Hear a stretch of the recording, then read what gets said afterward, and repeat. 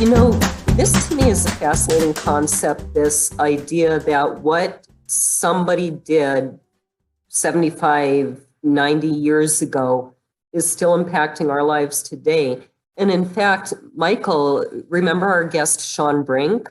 His book is like that. It's more almost a young adult novel, a Gypsy War Diary, but it's digging into how this amazing event happened like 70 years ago, and it's now coming out in these intruders in this little boy's home and all these amazing things like this shouldn't be happening.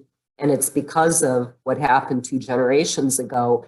And then there's a really good one called Painting the Darkness by Robert Goddard. Similar story, but I don't see a lot of authors do this. So what drew you to this idea that there's this event 2 generations ago that's still impacting them that they don't even know about?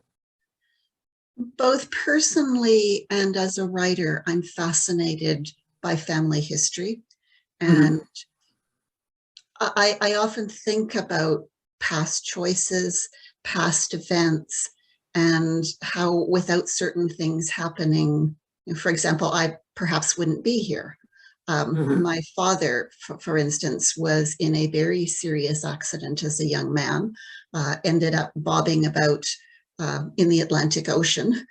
He was in the Canadian Navy. And if he hadn't been rescued and had met the same very tragic watery grave as many of his friends, I wouldn't be here. So it's that question of, as an author, I always ask, what if?